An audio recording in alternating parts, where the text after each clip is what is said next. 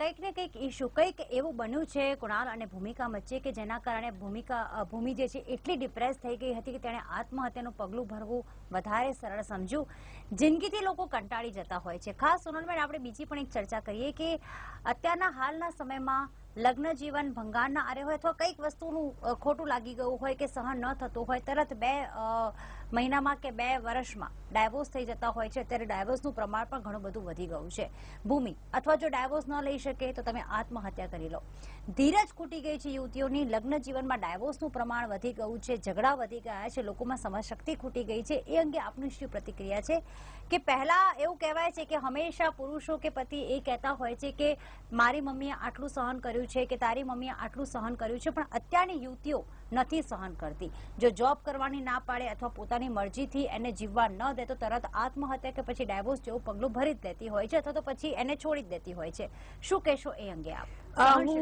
હું એવું કહીશ કે ટોલરન્સ પાવર જે પહેલા હતો દીકરીઓમાં, અત્યારે 0 ટોલરન્સની ભાવના આવી ગઈ છે.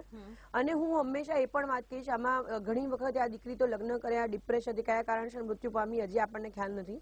પરંતુ ઘણી વખત એવું હોય છે કે જબરજસ્તીથી લગ્ન કરાવવામાં આવતા હોય છે અને દીકરીને કોઈ દીકરા સાથે લગ્ન નથી કરવા હોતા અને છતાં બી કરાવે ત્યારે પણ દીકરી આત્મહત્યા કરે છે.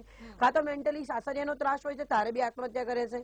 અત્યારે આ જે પ્રોબ્લેમ થયો, એવું તો ભણેલી ગણેલી દીકરી હતી, એના ઉપર કેટલું બધું મેન્ટલી પ્રેશર હશે કે જ્યારે તમે એજ્યુકેશન વાળો જે વર્ગ હોય છે એનામાં પ્રેશર લેવાની ક્ષમતા થોડી વધારે હોય છે. અને એ અગર પ્રેશર તમે પહેલા ડિવોર્સ લીધા છે અને બીજી વખત ડિવોર્સ ના લેવાય, સમાજ શું કહે છે, આજે સમાજની જે ભૂમિકા આવે છે ને, ત્યારે હજી પણ આપણી દીકરીઓ જે કહેવાય ને કે ખોબામાં જીવતી હોય ને એવી પરિસ્થિતિ છે. મારી પાસે એક દીકરી હતી જેના લવ મેરેજ હતા, એમાં એ સક્સેસફુલ ના થઈ. બીજી વખત ત્યારે કરી, એની સાથે યુએસના ડોક્ટરના ફેમિલીમાંથી હતું ને મેન્ટલી પ્રોબ્લેમ હતો એ છોકરાને, છતાં છુપાઈને એના 5મા લગ્ન કરેલા. છતાં પણ અમે એને ડિપ્રેશનમાંથી બહાર કાઢી. એના મા બાપ બહુ સારા હતા, ભણેલા હતા, કાઉન્સેલિંગ કર્યું, અત્યારે 3જા લગ્ન કર્યા છે અને દીકરી સુખી છે. એટલે એવું નથી હોતું કે તમે ભાંગી પડો જીવનમાં. ક્યારે પણ દરેક વખતે એવું નથી હોતું કે તમે ખોટા છો. કોઈ વખત એવું બને કે અત્યારે પ્રોબ્લેમ થયો, બીજી વાર થયો, તો એવું નથી કે તમને સપનાનો તમારો માણીગર અથવા તો તમારો રાજકુમાર નહીં મળે અથવા તો તમને જ્યાં લગ્ન કરવા છે ત્યાં આગળ ઇશ્યુઝ છે તો લોકો શું કહેશે. લોકોના ઉપર તમારું ઘર નથી ચાલવાનું. તમે શું મહેસૂસ કરો છો? અગર તમે ક્યાંય ખોટા છો, તમારી કોઈ ભૂલ છે તો એને એક્સેપ્ટ કરો. મા બાપને કહો, મા બાપની હેલ્પ લો, ના હોય તો સાયકોલોજીસ્ટની હેલ્પ લો, ના હોય તો અમારા જવાનું કહો. અમે પોતે ફ્રી કાઉન્સેલિંગ કરવા તૈયાર હોઈએ છીએ કે એનાથી કોઈ પ્રોબ્લેમનો નિવેડો આવતો હોય તો નિવેડા સુધી પહોંચો. પરંતુ આત્મહત્યા ક્યારે પણ કોઈ પણ વ્યક્તિએ કરવી નહીં જોઈએ. જી, ભૂમિએ જે રીતે આત્મહત્યા કરી છે તે પણ એક મોટો મુદ્દો બની જાય છે કે આખરે એક ટાવરમાં જઈને 10મા માળેથી કૂદવું. અને એ ટાવરમાં ત્યાં હતા નહીં, એ કોઈ કેફેમાં બેઠા હતા ને તેની પાછળ જ આ ટાવર આવેલું હતું. સોનલબેન, ભૂમિ ઈચ્છે જો તેને આત્મહત્યા કરવી હોત તો તે ઘરે જઈને ત્યાં એકલી જ હતી, ગળે ફાંસો ખાઈ શકી હોત, કોઈ દવા લઈ શકી હોત. પણ 10મા માળેથી આટલું કહેવાય કે કઠિન આત્મહત્યાનું તેણે પગલું ભર્યું છે. એના પરથી શું આંકી શકાય કે એક ઘણી બધી ગુસ્સામાં હતી, ઘણી જિદ્દી હતી, કે એટલી બધી ડિપ્રેશનમાં આવી ગઈ હતી કે તેને આ 10મા માળેથી કૂદવું જ વહાલું લાગ્યું. કારણ કે એક હિંમતની જરૂર હોય છે. તમે ભલે આત્મહત્યા કરવી છે એ નક્કી કરી લો, એ પછી પણ જ્યારે 10મા માળેથી નીચે તમે જો નજર કરો તો તમને તરત તમારો નિર્ણય બદલાઈ પણ શકે છે કે ના, મને કેટલું વાગશે. કારણ કે પોતાની જાતે દરેક વ્યક્તિ પ્રેમ કરતા જ હોય છે. 10મા માળેથી કૂદવું, આ આત્મહત્યાનો આ સોર્સ પસંદ કરવો, તમે શું કહી શકો એના માટે? હું એવું માનીશ પર્સનલી કે દીકરી માનસિક ખૂબ જ ટેન્શનમાં હશે. અને જે છેલ્લે જે એના મિત્ર મિતેશને મળી છે એ દીકરાની ઉંમર પણ એટલી બધી પરિપક્વ નથી. અને પરિપક્વ ના હોવાના કારણે સમજાવવામાં દીકરો નિષ્ફળ ગયો છે અને એની મેચ્યોરિટી નથી. અને એ મેસેજ આવ્યા પછી પણ તરત ઘસી ગયો છે અને એ નથી ખ્યાલ આવ્યો કે મારે શું કરવું જોઈએ અને શું કરવું જોઈએ. કારણ કે જ્યારે ઉંમર નાની હોય છે, મેચ્યોરિટી નથી હોતી, આવું ક્યારે જીવનમાં હેન્ડલ ના કર્યું હોય, જ્યારે એને કોઈ દિવસ આવી બધી પરિસ્થિતિ ના જોઈ હોય, એટલે એના માટે પણ આ નવું હતું. અને એને એ વખતે જયારે થોડો પણ ખ્યાલ આવે, એને ઇવન મિતેશે પોતાના મા બાપને જણાવ્યું હતું, તો કુણાલના મા બાપને જણાવ્યું હતું, દીકરીના મા બાપને જણાવ્યું હોત તો એ લોકોનો રોલ મહત્વનો હતો. અત્યારે એકબીજા ઉપર આરોપ પ્રત્યારોપ લગાવી રહ્યા છે કે ભૂમિ ડ્રગ્સ લેતી હતી. તો ડ્રગ્સ માટે તમે કયા સેન્ટરનો તમે સંપર્ક સાધ્યો? કુણાલની બી ફરજ આવે છે કે તમે એને જે નશાબંધી જે હોય છે એના નિવારણ માટેના ઘણા બધી જગ્યાઓ છે, હોસ્પિટલ છે, તમે એડમિટ કરાવી, તમે શું પગલા લીધા? જયારે દીકરી બેંક બેંકોક થી હનીમૂન થી પાછી આવી છે, એના હાથ પર વાગેલું હતું, સૂજેલું હતું, તો તમે એ વખતે એક્શન કેમ નથી લીધા? એટલે આમાં બંનેના પરિવાર પણ એટલા જ જવાબદાર છે. અત્યારે વાતો કરવી અથવા તો મીડિયા સમક્ષ દરેક વસ્તુના આરોપ પ્રત્યારોપ કરી રહ્યા છે અને એકબીજા ઉપર બ્લેમ કરી રહ્યા છે, પણ ઘર તૂટવાનું કારણ તમારા બંનેના મા બાપની બી ફરજ આવે છે કે આપણા દીકરાઓ ને દીકરી છે તો આપણે એમાં શું કરી શકીએ, એ બી એમની પણ ફરજ આવે છે. જી, એટલે બંને પરિવારજનોની એક ફરજ આવે છે કે તરત જ કંઈક એક્શન લેવાની જરૂર હતી. કહેવાય છે ને કે નાના નાના ગુના પહેલાથી જ બનતા હોય છે, ક્યાંક અંદેશો આવી જતો હોય છે.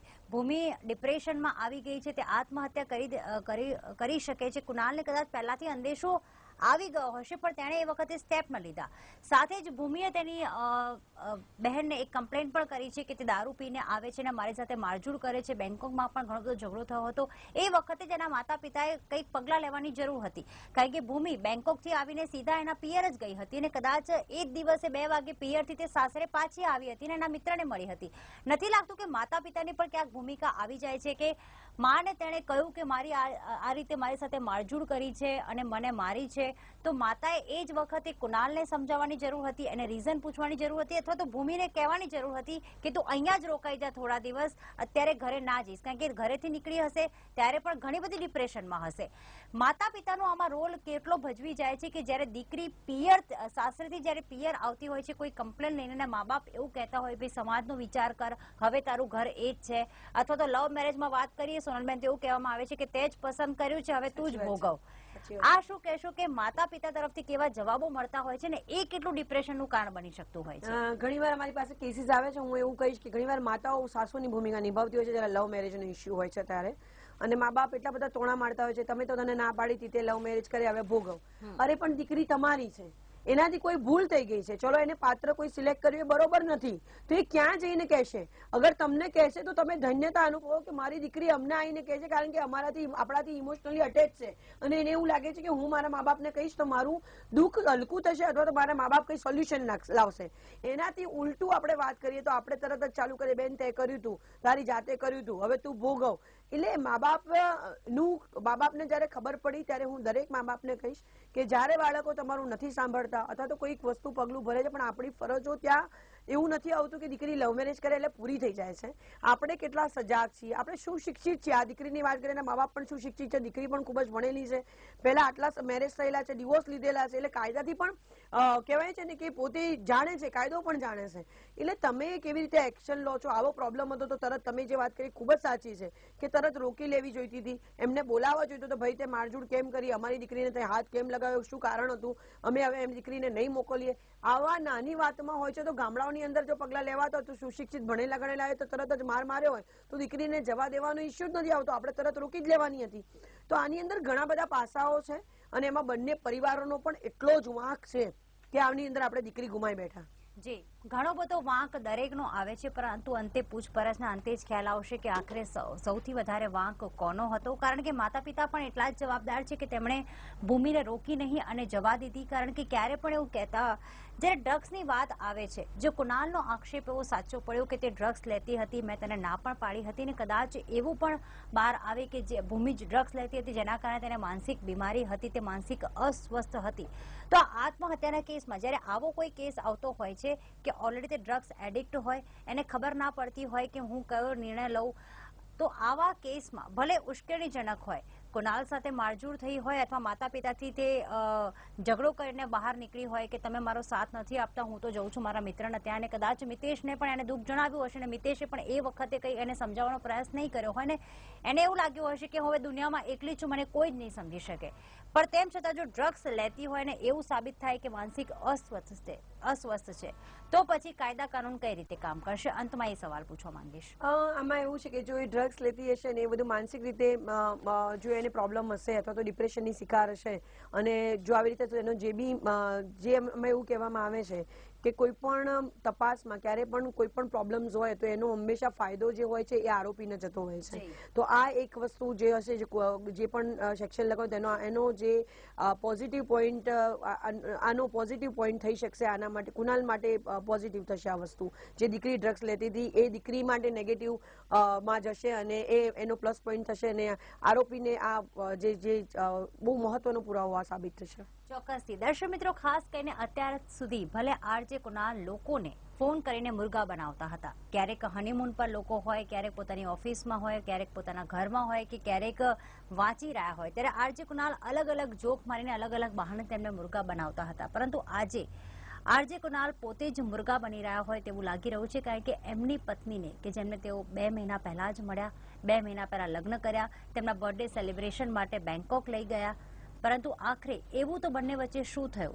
ક્યાંક પ્રેમનો અંત આવી ગયો. આ પ્રેમ હતું કે આકર્ષણ હતું માત્ર? અને ત્યારબાદ કદાચ 2 મહિના પછી બંનેને એવું લાગ્યું કે અમે સાથે નહીં રહી શકીએ, અને આખરે ભૂમિને તો એવું લાગ્યું કે હું આ દુનિયામાં જ નહીં રહી શકું.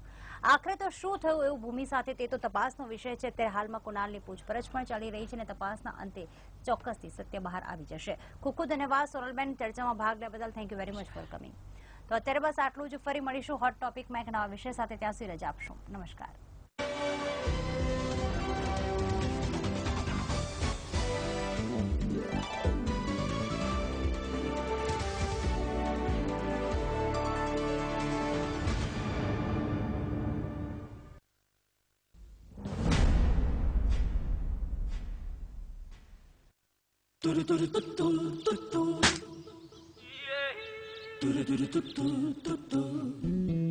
नेचुरल से बेहतर कुछ नहीं. नया मेडिमिक्स ग्लिसरीन, आयुर्वेदिक साबुन जिसमें है नेचुरल ग्लिसरीन और लक्षादी तेल, स्वस्थ और मॉइस्चराइज त्वचा के लिए. मेडिमिक्स ग्लिसरीन, नेचुरल से बेहतर कुछ नहीं. खूबसूरत વાળની જંગમાં દરેક સ્ટાઇલની સાથ મારા વાળ થઈ જાય છે ડેમેજ્ડ અને કમજોર, પરંતુ હવે નહીં. નવું ટ્રેસમે આયોનિક સ્ટ્રેન્થ સેલોક્રેટ આયોનિક કોમ્પ્લેક્સની સાથે આ વાળને બનાવે સ્ટ્રોંગર અને રાખે સ્ટાઇલિંગ ડેમેજથી સુરક્ષિત. હવે 123ની ખાસ ઓફર પ્રાઇસની સાથે.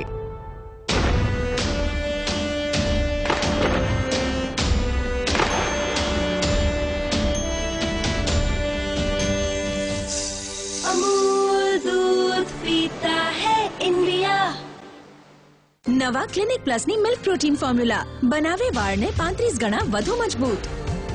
હવે આવી જ વધુ મજબૂતી ફક્ત 45 રૂપિયામાં. हर बार शैम्पू के बाद अगर कंडीशनर नहीं लगाया तो अगले दिन से ही बाल बिखरे और अंडरनरिश दिख सकते हैं और उन्हें बांधना पड़ता है. ऑल न्यू डव कंडीशनर आपको दे 1/4 मॉइस्चराइजिंग क्रीम का पोषण. बिखरे बिखरे बालों की फिक्र नहीं. हर दिन रेशमी खुले बालों के लिए डव कंडीशनर का पोषण. 2 आसान स्टेप्स हर दिन खूबसूरत खुले बालों के लिए Dove shampoo plus conditioner pack के साथ.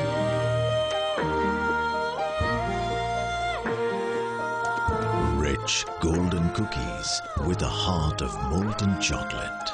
Sunfeast Dark Fantasy Choco Fills from ITC.